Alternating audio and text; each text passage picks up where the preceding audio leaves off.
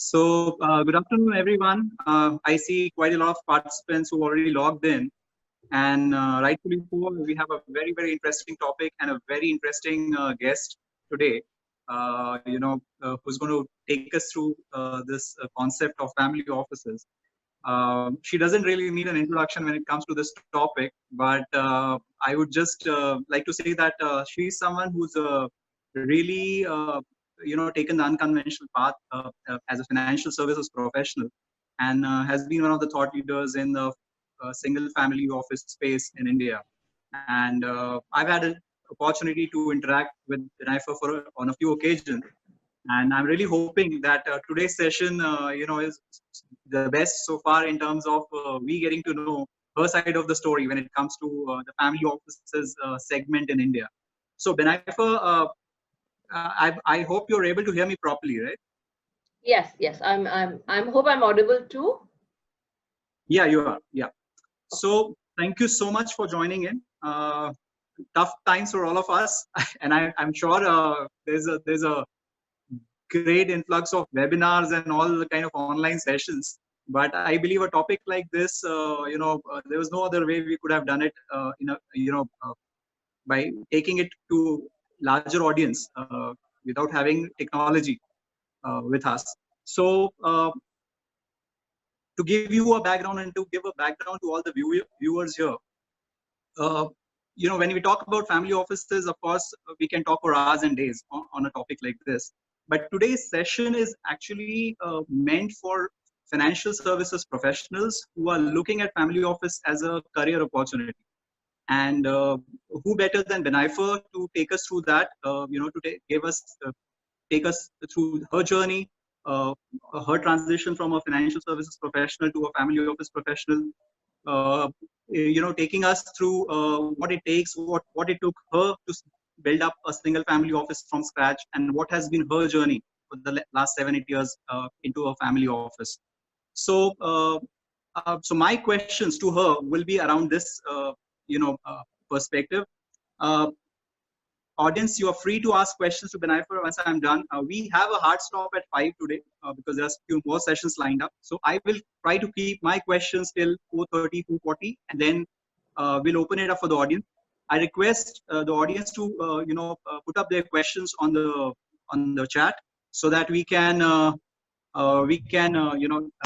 take it up. I mean, Benaifer can take it up. So Benaifer, coming to you. You had a very, very interesting journey and a very diverse, work experience. So, if you could just take us through your journey and tell us how it all started.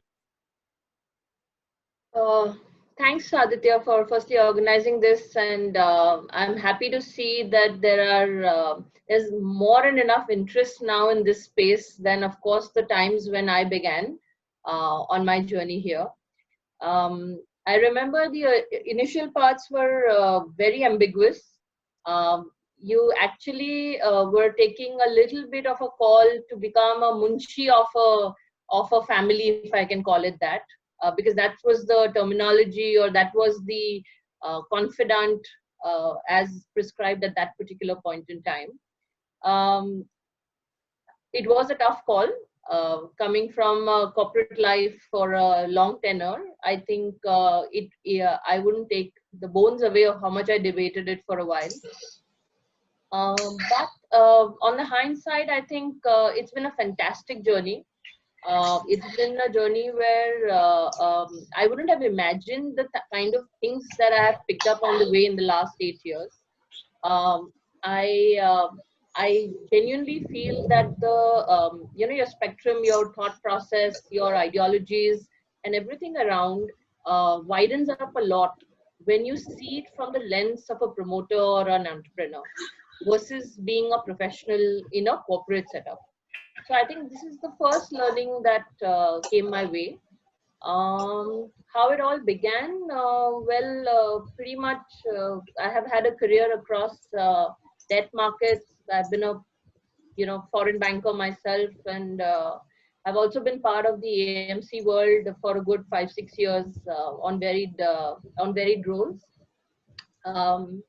And from there, when this opportunity came across, I actually, like I said, I evaluated and gave it a lot of thought. But the first meeting that I actually had with the promoter was just to assess whether it's going to make any sense at all. And typically, like most of you would think, I thought that, ज़्यादा से ज़्यादा क्या होगा? I will get a client and come back, right? So from there, we began. I found the thought process and the vision very interesting for what the Patnis were as a group, for what they wanted to develop as a piece, and what was the need. So the first thing was to establish a common ground between what I thought was the gap and what the promoter thought was the gap, right? And we tried to address that. So that's how the journey started. Sure. So this was, I mean, you mentioned that it was more of an interaction, and you were sure that even if nothing works out, you'll walk out as with a client. But did you have a chance to discuss a family office kind of topic with any other family before meeting Patnis, or this was like a very, very first interaction on this topic for you? So having been a banker, or having been in front-end financial services for over 12, 14 years, naturally I had met a lot of them on the other side, right? Yeah. And if you've been long enough in the services field, you will understand that their challenges of each of them are very different. So if you meet, a confidant of promoter A, and if you meet a confidant of promoter B, you would find that there is a starking difference between their mandates, their flexibility, their approach, their vision. So you would find a lot of variance between most of the clients at that particular point in time. So to answer your question a little, yes and no. You would know some of them, and you would try to assess of what you've seen over the years of some of them, and try and picture whether you will be on this side of the curve or that side. Sure. So again, I mean, but you've not had any formal education in family office advising as such. I mean, none of us had. So how did it? Number one, my first question again on this is, let's get to hear your definition of a family office, of a single family office first, and I'll follow up with a question on that. What all actually comes under it? See, actually, to put it simply, first, it's a personal treasury, okay? Large enough of the size to have a role where it determines the aim of generating wealth and passing it over to next generations. That's the first primary role of a family office. It comes into existence because it has to deliver on the expectations of the promoter and the family on the wealth parameter. Along with that, this is about 30% of the segment, right? 30-35%. Right. The other expenses are got to do with a lot of structuring, a lot of visionary thinking of what will be required in future. How is the next generation shaped? What do they want? How do you integrate their interests into the family office interests, and then on to leading them into businesses that they would like for their wealth multiplication effect. And of course, getting them more equipped to manage their wealth in future. Okay. So in my conversations with a lot of families, I see the governance issues are a bigger priority a lot of times than the wealth management bit. And with your experience in financial services, I'm sure you are very well prepared and capable of handling the wealth and treasury side. But how did you really prepare yourself to handle the other softer sides of managing a family office? Yeah, I think the governance issues are very dynamic to each family, right? Right. And also, I would think that there are enough and more experienced external professionals whose help you can seek for learning about how the governance pattern works best, right? Right. So I think we did a lot of interactions with the best of the lawyers, the best of the offshore firms. Sometimes the family just wants to consider, what if I want to become an NRI tomorrow? Tomorrow I want to take all my wealth off, right? And that dynamics and all those things is what you learn when you kind of put it into buckets of the legal, professional, financial angle of it, and kind of dissect it with all sides. And on the governance bit also, transition of wealth, because each family, as I said, you see, it's the life cycle they are in. So we were fortunate to have certain trust set up, certain which we had to set up along the way. We had daughters which were unmarried. So, you would have a lot of question mark on, who's coming next into the family and what that family will expect out of this family and things like that.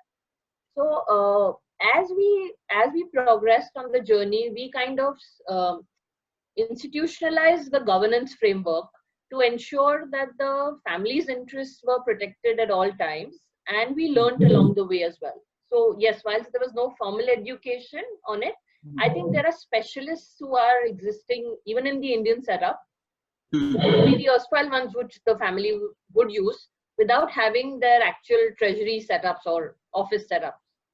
Okay. So talking about the Patni family office, how does the team look like? What all functions you do in-house? What do you outsource? I mean, whatever. How is it structured? See, the structuring of each office can be very different based on the needs of each promoter and what they actually want to do or aspire to do.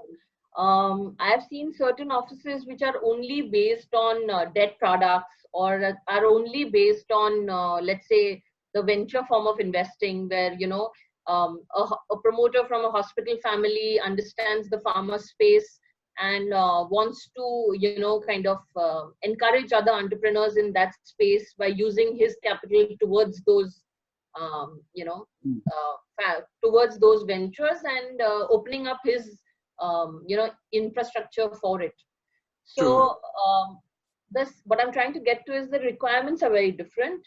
As far as our requirements were concerned, I think we were predominantly a family which was encashed into, the business was sold, the wealth was distributed, and for us, managing that prudently was the first prerogative.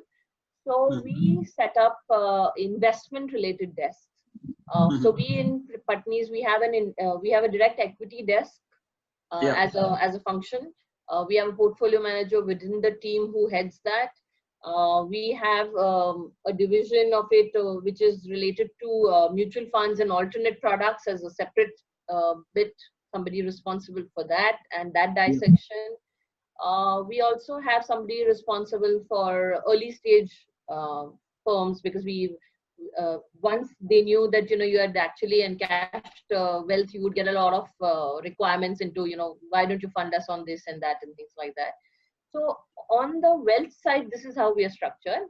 As far as the back end is concerned, you would have people for MISs, of course. You would have a CFO or a accounting team, which would naturally be in-house and which would help you with the day-to-day maneuvering and things like that.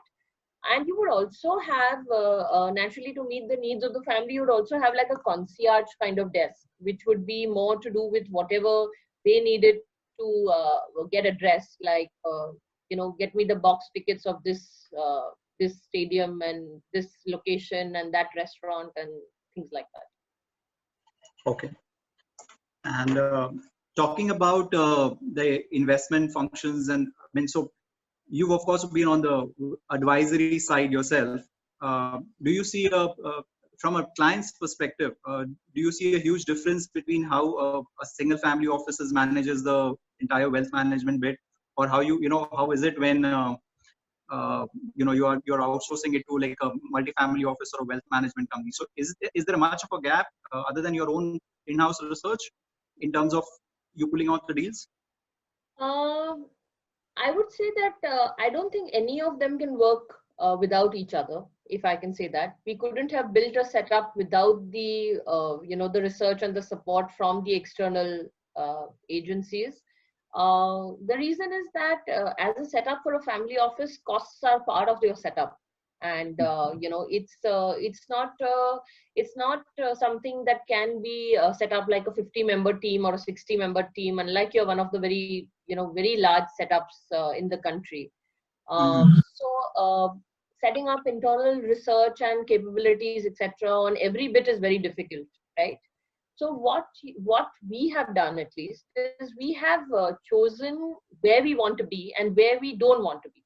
So, for example, if we are looking at companies in the early stage, we have limited expertise within our team that we can rely on, right? Um, I could not have possibly, I mean, I've got deals which said that I was supposed to look at the market and analyze a stem cell company which had come to us at some point in time, for funding. So we clearly marked out what area of expertise we do not have, right? It's pretty much like in the market, this is the segment I don't want to touch, whatever happens, right? Because it's not my domain and I don't want to create expertise within that. But things which are domain, like IT, which has been the promoter's domain and everything around that, mobile tech, AI, digital. So again, as a family office head, I would not have the internal expertise for these particular bits, right? Because they're very specialized fields. So we operationalize teams and people where we invested the capital as a structure and got a team head for that venture. So for example, we have a venture called Nirvana Venture Advisors, which is run by the ex-head of eBay India. And he's the one where we pump in capital, but he's the one along with his team who will decide whether these deals are good, bad, otherwise. For us on the family office side, because we wanted to do something on the early stage, we stuck to some theme that you and me both can understand simply, and that is consumer, right? Consumer behavior, demand, demographics of India.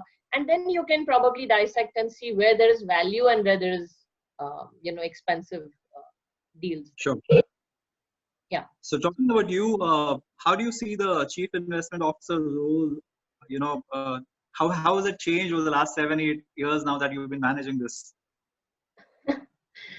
Well, so when any professional steps into these shoes, my first advice would be that don't be rigid, right?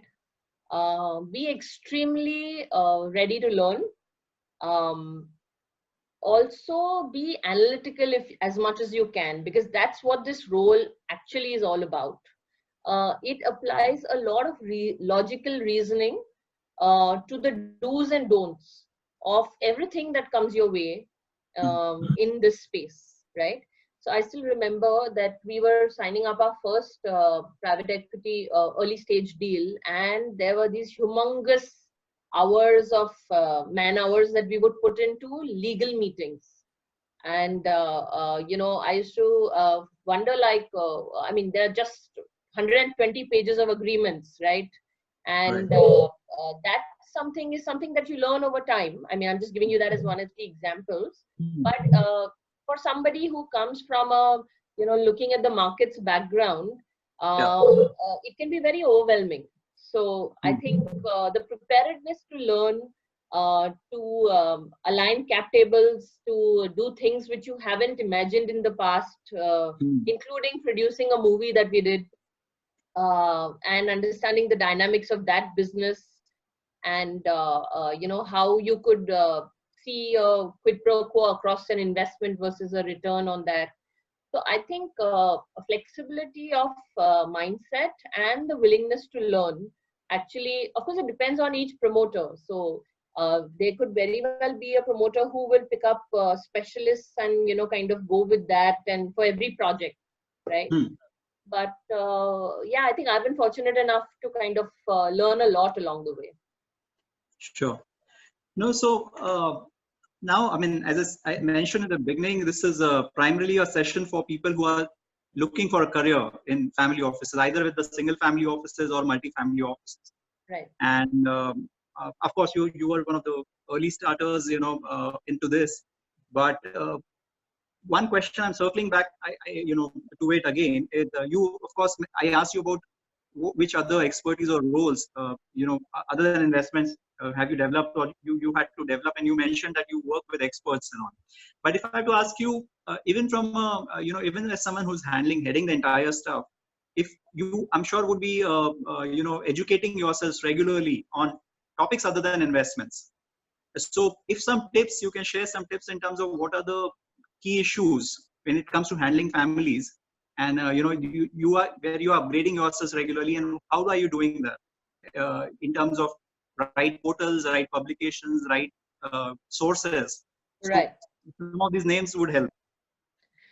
So, like I said, when we started this journey, and the space wasn't as defined as we would have liked it at that particular point in time.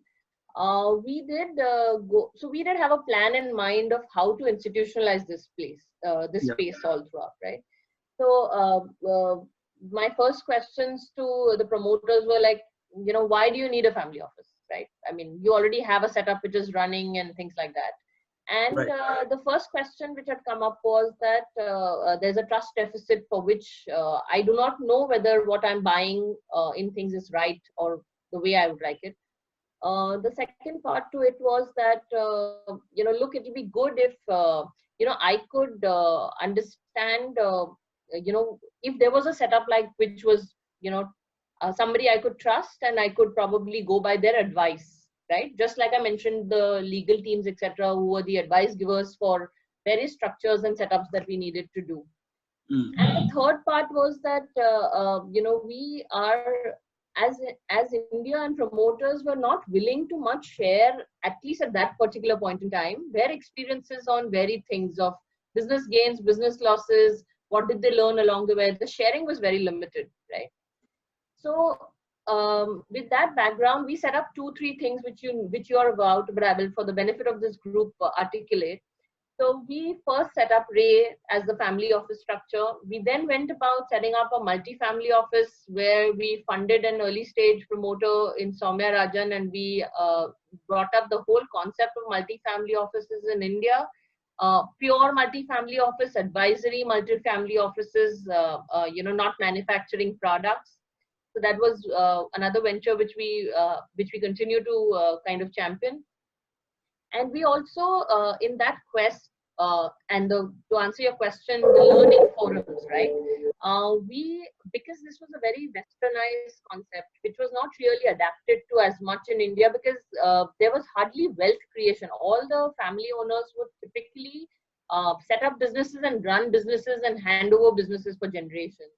So when a family like the Patnis actually came into the money, we had to learn from the West to see what were the best practices there from which we could adapt to in India. And we actually looked up a lot of forums which were happening internationally, including the one that you champion also. And also, we came across a firm there as well in UK, which we kind of bought a JV into India, which is a sharing platform. So my answer to your question is, publications and all can be very subjective to what you would like to read and follow. Yeah. There are family office clubs, there are networks, there is something called IPI in America, used to be, which has been taken over by a setup in the UK. But as publications and all, you will learn and understand that you can only read and adapt to each family's practices on governance. So I've met in these forums, what happens is, because you tend to meet 7th and 8th generation promoters who've had wealths and charters. And I remember meeting somebody from Germany who said that, my family trust is actually quite restrictive, and it's been in existence for years, and we are attempting to change that because it was very subjective to a certain church which had to be followed as a practice. To, that the family member had to be part of that church to be eligible for monies from the trust. And those times, 8th generation had changed from the 1st generation, which made it, Right. So, more of interaction, more of understanding from each other's practices, and of course, publications. You have, the Euro monies, and you have the. I don't know which. I mean, I read so many of them that it's hard to pick. What you would pick as one specific journal for it. Sure. So, so we, of course, have designed a program for family office advisors, because we thought, I think that's an acute need. A lot of families are waking up to this concept, but there are not enough advisors or professionals to help them. And you talked about Munimji, and of course, in our interactions, I've also come across so many people who are working in the finance, who are the CFOs or who are handling the corporate finance function, and then they're suddenly given the responsibility to set a family office, and this guy has no clue. Correct. How to take it forward. So I think we've seen a lot of cases like that, and that's where this entire effort is. That why the families are becoming very global in their perspective, thanks to forums like the ones you mentioned. Yeah. But I think advisors need a very much of a hand holding, because it's a different ball game than a wealth management and a private banking kind of a field here. Yeah. You talked about setting up Waterfield. Of course, we all know that, and they've been truly doing a very authentic job around it. And having handled both a single family office and and seeded a multi-family office, how do you differentiate the two in terms of? Of course, Waterfield deals with multiple families. We all understand that, but is there any other difference in terms of servicing cost or anything else that you like to point out? I would think their scope is more wider because unlike a single family, which will be determined upon the scope that the promoter sets up for what you can or cannot do, or the advisory. Like, for example, in our family, we really don't buy too much of art as an investment or things like that. But for example, a setup of a multi-family office, like you mentioned, would have to be equipped to set up an art advisory, where they would have tie-ups with certain people or teams who are experts in this field, and would have to provide that as a service as well. There would be certain angles of philanthropy which are very wide, whether it's investing in ESG or it's investing in impact funds. So the scope of that is very different. Or if you are to just tie up with a Melinda and Bill Gates Foundation to kind of get something in order for the size of the families that require. I think the scope of an MFO is much wider than a SFO, and which is why the SFO might also need to kind of reach out to the MFO for services which are beyond their scope of work, or they would probably not want to set up full-fledged teams for these kind of things. Sure. Talking about an SFOs and MFOs, I've come across two kind of families in my interaction over the last few years now. With different families. There are smaller families with who typically confuse family wealth with family office. So I've had people telling me, oh, we have a family office, and what's the AUM or the size? It's like 50 crores, 100 crores. Internationally, there is a very clear demarcation between who is a multi-family office client and who is a single family office client. India doesn't have that. And people have found this fancy word in a family office. So everyone likes to call it a family office. On the other hand, there are some larger families who are very clear because that they don't have a family office, and they don't need one because they're not much of a complexity. It's a very simple family structure. So what's been your experience in, through these forums in dealing with various families? Have you seen some cases like this who have really, after this concept started gaining ground, have really turned around and used it well? So any examples you'd like to share? So I think that this space has completely, kind of evolved 360 degrees, if I can call it that, because I still remember few years ago, maybe 5 years ago or so, being on a forum and arguing with one very, I don't want to name the firm, but very, marquee wealth advisory firm, and who would call their family office offering as above 10 crores. And I would have a major issue with that, because what I would say is that you're not a banker, and you're not giving a silver, gold and a platinum card. And it's not like the platinum card can be called a family office. You see? So I think from that to where it is now, I think it's very different. But yes, it's become a word of fashion. So like you rightly said that, you know, a wealth owner who is maybe I would think that for setting up a full-fledged family office operation with a, you know, member count of about 10 to 15 members that we have as a setup, I think you would actually minimally need, uh, $100 million or so at least to kind of have that kind of setup, because you see it has to sustain in a cost matrix as well, right? That's one. Right.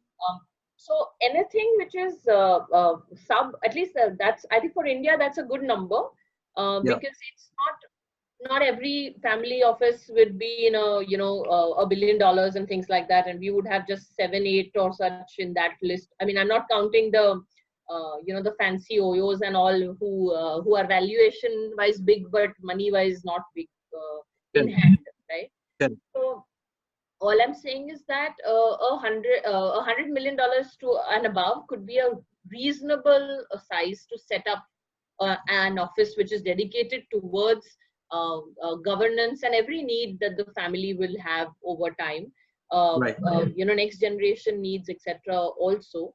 And anything which is sub that could actually work with a advisory setup or with a MFO setup or with a individual investor setup, individual IFA setup, whichever suits them best.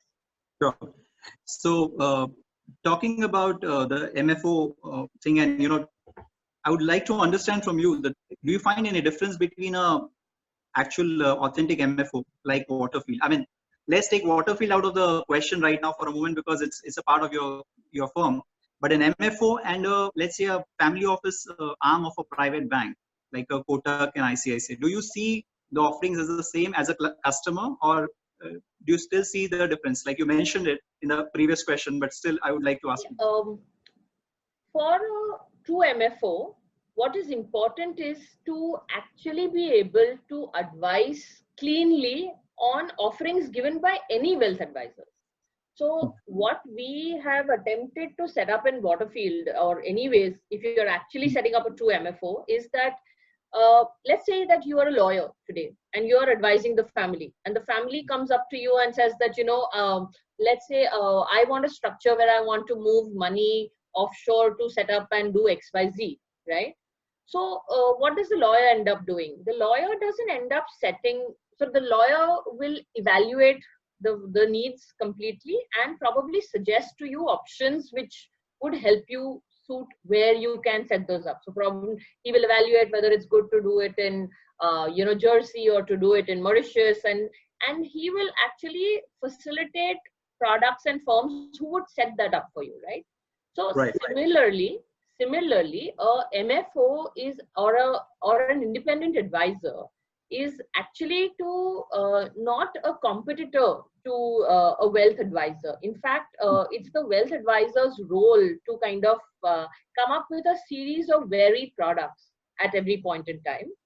And it is the advisor's or the MFO's role to dissect the product and see if there is a fitment in the client's need. And then that client can buy it from wealth advisor A or wealth advisor B or wealth advisor C or the manufacturer himself, which is immaterial. But the advice for the need and what it will deliver to the portfolio has to be established by the MFO. Sure. So quickly moving on to my last question, because I see a lot of questions coming from the audience. So I think my last question is, we all agree that there's a big skills gap right now in the advising, family office advising, segment. So any tips for you how wealth professionals can graduate to this field? Where are the opportunities? Do you think they should look at a single joining a single family office setup? Or do you think an MFO kind of a thing could be a larger opportunity out there? So any tips here you'd like to share with them? Yeah, I think whoever aspires to be in this space has to understand that this role is dynamic, and not only a CIO's role, but any role, even if you're an analyst within a family office, etc. So that's one. What I think is a clear gap is the ability of people to comprehend different asset classes and understand their correlations very clearly, right? So I would urge most aspirants to kind of take 5 steps behind and understand the genesis of each asset class in some context. Read up more on, what you could equip yourself with. Try and work with some what I would call manufacturing firms like a PMS provider, or an AIF fund, or a mutual fund, or anything which adds, what I've seen across, and this used to be a very clear mentality in our financial services days, is this mental stigma associated to the fact that, oh, I'm a banker and how can I go back to an AMC, right? I mean, yeah, I mean, somewhere I always found that it was a very weird concept. I could never relate to it. And I can tell you what has helped me in my career. I think in my career, whatever I chose to do was, so I started in debt markets, and I was a trader on the desk, selling corporate bonds to L&T treasuries and BAST treasuries and Air India treasuries, right? So there is only most people choose to follow one path and choose to grow within that path, right? And there are some very good examples in the industry who become veterans of the mutual fund world and veterans of the private banking world.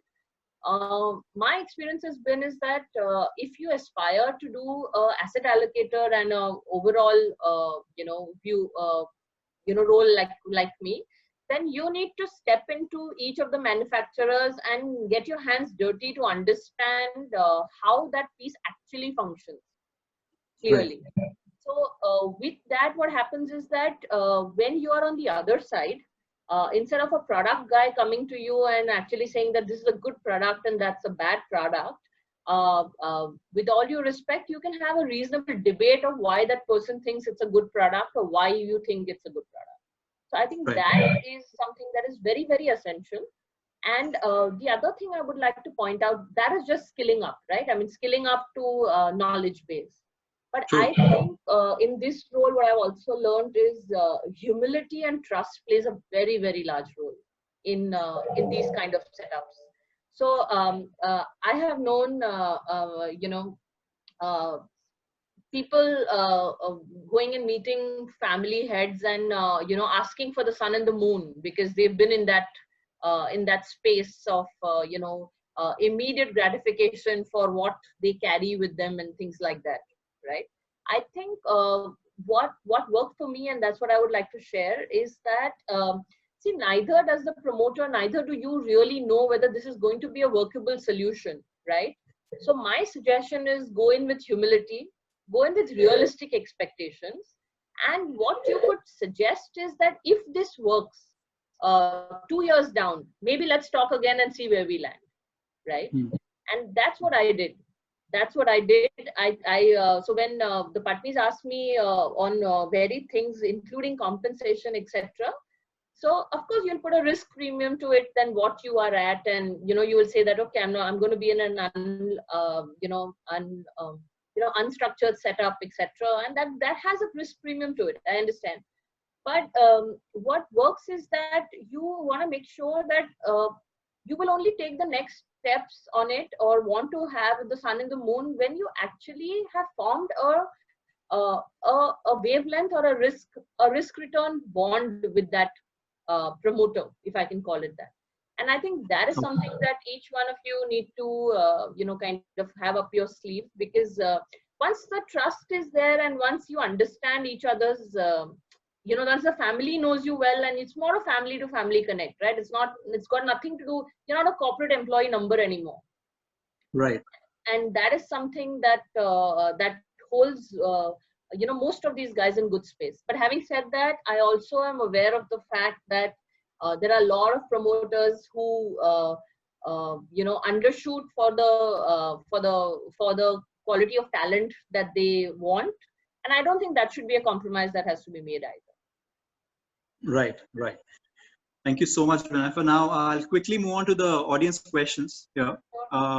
Guys, if you could just type your questions, it'll be easier for me to read and keep asking. So, first question, Benaifer, have you come across any? I mean, of course, Patnis are it's the simpler family structure. So either you can answer for your this family or others, but any dispute issues or any difference of opinion issues on key matters between different generations. Oh, yes. Okay, this is something that we didn't touch upon, and thank you so much for actually, getting this question out there. Differences of opinion and managing conflict in a family is something that each one who aspires to be in this space and have any meaningful role to play in it will have to adjust to. I have seen 3 generations in the family, and I have seen their aspirations of the 3rd generation being very different from the 1st generation. And to manage conflict is being, I would say, is being just, and looking at any situation with a lens as if you were mediating between your family. Does that answer you? Yeah, so this question was for someone else, so I'm not sure if that answered. But anyways, let me move on to the next one. Okay. How much ethical standards and transparency is maintained? Actually, this reminds me of a question I also asked you. When you especially hiring a staff, we've all heard of horror stories when it comes to wealth management companies or financial institutions. We've heard of. Sorry, I didn't get the word. So we've heard of a lot of horror stories, right? Of mis-selling or misgovernance in financial institutions. Yeah. How is it different? Because you're hiring a staff which is privy to some very, very confidential information and, dealing in large amounts and all that stuff. So how do you really ensure that the entire transparency and ethics and everything is maintained in the people you are hiring? And they're not really kind of creating any issue for you, when they are in job or later.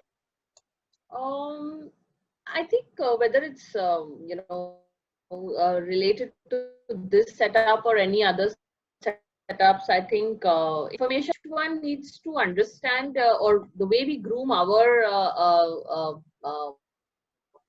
kind of teams are to kind of help them understand that they are a part of a very, very closed door setup. So information is key, and naturally the numbers are not something that they share publicly or in a chat with some of how you can keep the teams very bonded together. I think that is something that I've seen has worked very well, where you have an open dialogue. Another thing that you must know is that unlike family office, family organizations, if I can call it, we have a very structured approach to the way we approach our teams at Raay. So we have an appraisal system, we have internal discussions, just like you would want to have across any large corporate setup. We have half-yearly chats with each of them individually. We will try and highlight issues. Having said that, I don't think a system is foolproof. We've had our experience of, I could call it a little bit of mishandling of funds, etc. And I think what we need to do is keep a very high vigil, and your systems and your eyes and ears open to govern for those. But I think that's the best we can do. Sure, and interesting questions here. So any important key mistakes that you made while setting up this family office from scratch, which you can share, and that could help others in avoiding it? I think the mistake that I would think, and which I'm still solving for. In fact, I was on a webinar the other day trying to get a solution for that. Is that when we were setting this up, I was unable to plug a system in place to handle most of these things that we need. Unfortunately, there's no solution which is readily available, unlike it's available to most of you who are from firms. So a mistake or whatever you want to call it, once something gets into a motion, it's difficult to plug that out and put that into a completely different system, right? So what I would have, and that required me to roll up my sleeves, and we actually got into Excel. So another thing you have to be ready for is that whatever you do in this space, you should be able to dissect each number which goes into each Excel sheet by each of your team members. So that is one thing you have to remember, because there is no ready-made report which pops out and says, hey, you made so much return, right? Or hey, this is a red flag for you and you should look at this data to take a decision, right? So I think this is one thing I would have loved to solve for in the beginning, but when I stepped in, I didn't have that choice. And how does your day typically look like, in the office? Not now. Yeah. Well, it doesn't look any different here than there. In fact, I think I'm working more here than there. So, yeah. Typically, our day comprises of, we of course look at public markets because we have exposures there. So, our eyes are on debt markets and equity markets. We have a part of our day which is got to do with certain meetings which are more to do with either early stage companies, or they're because that's what foray we have, or we also naturally do reviews with most of the products which come in, and the fund managers or the manufacturers who want inputs into how to set up, what to set up, what are the needs, etc. So we have different kinds of meetings required on that. We have legal meetings as well, because legal meetings to do with deals or legal meetings to do with structurings of varied kinds.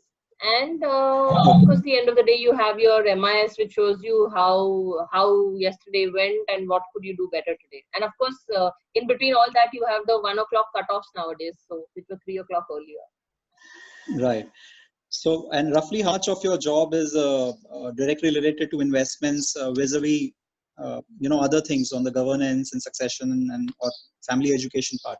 So, in terms of percentage?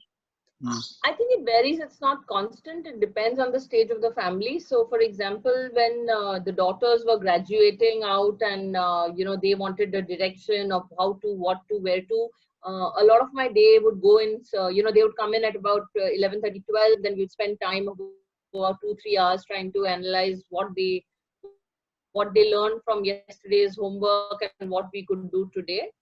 But it's the stage. So now that stage is past, and we really don't spend that much of time in that exercise more. But we also spend time, of course, on one asset class which is part of every ultra HNI's aspiration list, and that is real estate. So so that also depends. Yeah. Okay. So now for the next question, I'm coming to high net worth family businesses, or I would say, well-to-do family businesses, not family offices. So there's a question about the smaller IFA firms who are typically, handling clients, let's say between 5 crores to 50 crore kind of a range. Do you think they need to offer some of the services to, is there a case strong enough for this, or they should just stick to wealth-related services? And I repeat, it is meant more for family businesses, not for family offices, this particular question. So what is your advice? What I'm trying to understand is the question is that if there is a family who's running a business and is worth 5 to 50 crores, is it to advise them on the family office side? Is that the question? Not family office, but some issues like succession, governance, education, bit and all. So should IFAs also bring in some such softer sides to this service when they are dealing with such kind of clients? I would think that any client which is a 5 to 50 crore client, especially of an IFA and who's not dealing with wealth firms, would look for guiding advice to who is the right professional on that particular context. So I would think an introduction on that context would be good. But I wouldn't say extending family services to that will and trust, because I'm sure you must have heard that actually ages, then it becomes, it's not an institution anymore, right? So it finds it difficult to run as an institution, and that's why you see these IFAs merging nowadays and things like that to kind of give it an institutionalized approach. So my sense is that if you stay, core to your strengths, and because also these software issues and these advisories etc are very time consuming, so unless you're compensated enough for it, which you might feel, so if you feel that a business family is 50 crores and we could have a relationship which is 200 crores tomorrow, why not? Yeah. And next question is, as a CIO, is there a certain minimum percentage of return that the family and you agree on in the at the start of the year or start of Oh an yes, investment term? oh yes, of And how course. does that work? Yeah. So it's an interesting one, and I think you should probably know this. So, of course, we the first Hello. few years we agreed on a return, and we would come closer to the return, and the family would want to set a return higher than last year. So that was it was a learning experience. So, whereas the risk return profile of the investor doesn't change, right? I mean, as a whole. So it takes a little bit of time for to explain a concept of a risk return and a range of a return versus a pointed number, if I can call it that. So of course there is a number, but now that number is constant across every sit and discuss a new number every year, right? Okay. The number is constant, we try and achieve it every year. Okay. Sounds good. So, in terms of your investment preferences, have you seen it changing over the last few years now, especially now in the post-COVID world? Are there any new, themes that you are, bullish on in terms of investments? Well, I think this is a very open-ended group, but I can only point you to one direction, is that when the world is uncertain, and when every day is an evolving situation.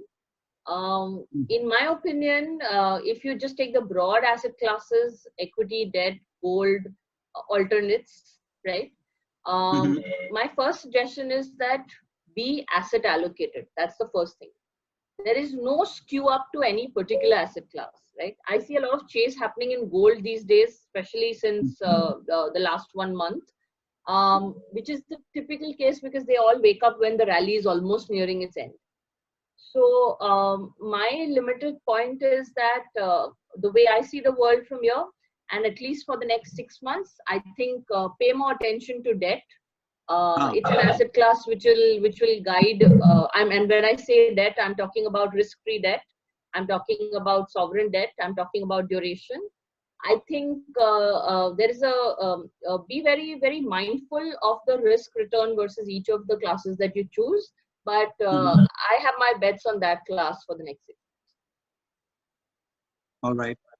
And let me just, tell the audience, like I see a lot of individual centric questions here, so I'm skipping those, and some questions which I think are not properly formatted. I mean, worded. I'm just changing them a bit. Sure. So coming back, Benaifer, I mean, I think we just have time for 2 or 3 questions max. So yeah, so there's a question. I mean, again, coming back to the the expectation part in terms of returns from the promoters. Sure. So you mentioned that there's a number that you stick to in a year and all, but typically, what is the rational number that and this could be not only for you, I mean, typically for all family office CIOs. And is there a rational standard number that promoters are looking for, or is again differs from family? Sure. So what I would think is that you got to split this in a manner which allows you to answer what is the risk appetite that each of your investors have. If the investors are somebody who can put 80% in equity and can live with 100% losses in that, then the return expectation should be in the range of about 15 to 18%. If you have an investor who is more of a balanced kind of guy, Mm-hmm. in the sense of wants to have debt and equity and be rational about it, then your expectation range should be in the range of about 12 to maybe about 11 to 14%. If you have a pure debt and a fixed deposit kind of guy, then you should in today's time aim for somewhere between 7 to 10%. Okay, so I see two interesting questions. From I will just go one after another. So first is what kind of qualities you look for, when hiring people for your team. I mean, other than the technical qualifications. I mean, Longevity at a job. okay. Okay, because that's the first one. We normally try and see that if they've picked up an experience at certain points in their careers, and what is the reason for change, and whether they have meaningfully learned the domain which they were attempting to get into at that particular point Hmm. Okay. in And the time. next question on the similar plane is if you have to consider a multifamily office, let's say for working with them as a client, what kind of skill sets and traits you're looking for in that team? See, for an evolved office like ours, I think we look for more forward-thinking views, which typically comes from the product teams. If the product teams are strong, and if they have the ability to call like to call asset class or an idea or a theme in that direction, then that is what excites us to kind of and of course see consistency in their approach on it. I don't think asset class wise the managers can absolutely be right, but just the urge for the newer scheme of things is what excites, because that keeps us more aligned with what's going to be the forward on it. Okay. And how does I mean, I know this is not a question for you, but I'm sure with your experience you can answer fully. So in terms of MFO, people are asking, how does the revenue model work for an MFO? Yeah, I think interesting. So this is one debate that we've had with every single person we had interviewed for Waterfield, who came from very different domains, and we had a huge challenge, explaining to the talent in this industry that everything is not about product sales and upfront revenue. Um, what what uh, what works for MFO and what should be a sustainable model. It's a longer gestation. It doesn't give you immediate results. It will take you 3 to 5 years to build it. But what happens is that when you have an advisor let me give you another example. Let me say that for my office, for this equity desk, I subscribe to Bloomberg, right? Now, Bloomberg charges me an X amount, right? So with Bloomberg analysis, I develop a certain strategy. It feeds into some of my, work. And as a result of that, I have convenience and ease of operation. Bloomberg keeps expanding their fees every year, which they do, right? Uh, do I go back to Bloomberg and say, look, I have to change you because I can't afford you, right? The answer to that is no, right? So what happens in an MFO is exactly that. Once you are segmented into creating and giving the correct advice at the time that the advice is required, especially the softer aspects and not really I mean, no client actually asks you, why am I 1% down? Or why am I, 7% down? Of course, he'll ask you when you're 23% down, but he's not going to ask you when you're a few percent down, right?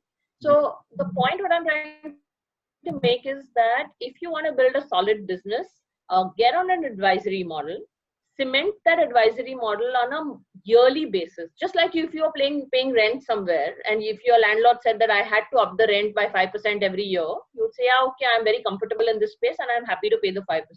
As long as he sees value in what you're doing. Okay. Great. Yeah. So that is out of time.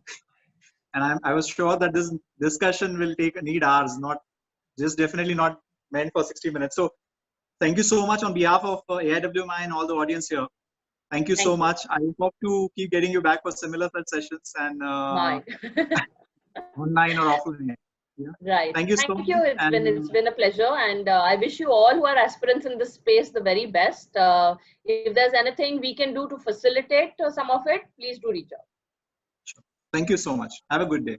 All right. Good luck. Thanks, Aditya. Bye-bye. Bye.